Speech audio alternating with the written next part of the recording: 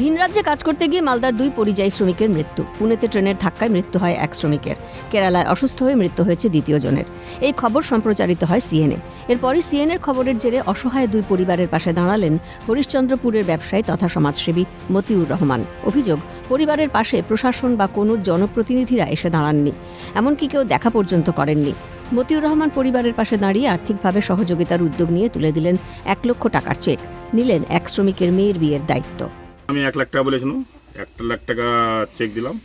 আর ওর একটা মেয়ে আছে, মেয়েটা বলে ওর একটা মেয়ে আছে, মেয়েটার বিয়ে শাদী হবে, তাহলে আমি মদত করবো, যা পারবো আমি দিব। কিছু নেই তো আর কি, টিনের বাড়ি দেখুন তো কিছু নেই।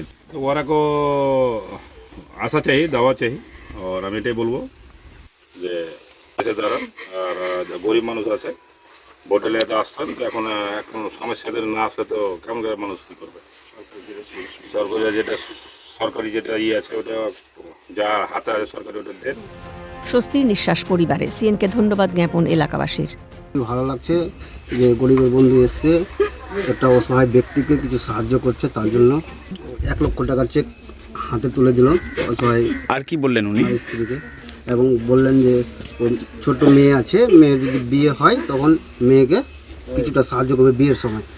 এই যে একটা অসহায় পরিবারের কাছে এসে যে সহযোগিতা করে 2টা কথা বলে গেল, খুব ভালো লাগলো। মতিউরদা আমাদের কত টাকার চেক দিল আজকে?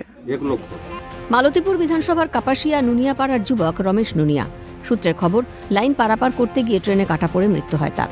পরিবারের সদস্যরা নিজেরাই প্রতিবেশীদের সাহায্যে বাড়িতে মৃতদেহ ফিরিয়ে আনে। বাড়িতে রয়েছে স্ত্রী, 2 ছেলে এবং 1 মেয়ে। তার মধ্যে 1 ছেলে বিশেষভাবে সক্ষম। রমেশের ওপর সম্পূর্ণ নির্ভরশীল ছিল পরিবার। অন্যদিকে একই এলাকার প্রতিবেশী বছর 38-এর রঞ্জন দাস কেরালায় কাজ করতেন।